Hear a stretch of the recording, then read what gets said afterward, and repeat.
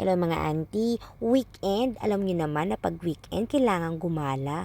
Ay, minsan kasi iniisip na lang natin magstay sa bahay kasi pag lumabas ka ng bahay mapapagastos ka talaga. Wala namang entrance dito sa pupuntahan ng naming beach kaya Gora na. Malapit to sa may Burj Al Arab, 'di ba? Yung pinakamahal na hotel sa buong mundo. Napakamaligamgam ng tubig. Dito nga pala yan sa Kite Beach kaya malinis, may nagbabantay, may lifeguard, ayan. Dapat pag pumunta ka ng beach, dahil libre naman ang entrance, magbaon ka ng pagkain, kape, tubig, kasi mapapagod ka sa kasi swimming.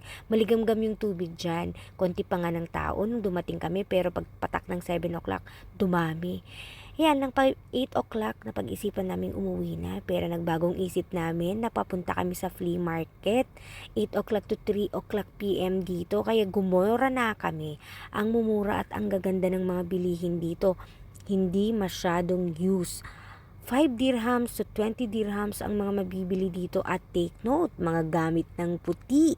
Personal use talaga nila yan. Mostly ha. Kaya ang daming mga Pilipinang bumili ng sandamukal. Ako nga lang, bags ang pinili ko tsaka mga winter items dahil malapit na ang winter dito sa Dubai. Sabi ng nakausap namin, every first Sunday of the month nandito sila. Minsan lumilipat sila sa ibang mga location. Ayan, ang saya kaso nga lang ang init pa rin. Mahangin na, kaso lang yung sikat ng araw masakit sa likod.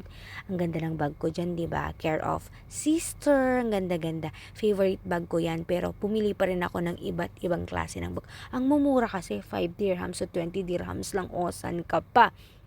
May mga mamahaling mga paninda sila pero hindi ko na yan binili. Nag-ikot-ikot kami at may mga pagkain din silang binibenta dyan. Mura lang din. 10 dirhams lang din, busog ka na. Pag napagod ka, pumesto ka lang dyan sa gilid at park naman yan. Ayan, yan yung mga samples ng mga binibenta nila. Nung napagod kami, pumesto na lang kami at tinignan ko yung mga binili ko.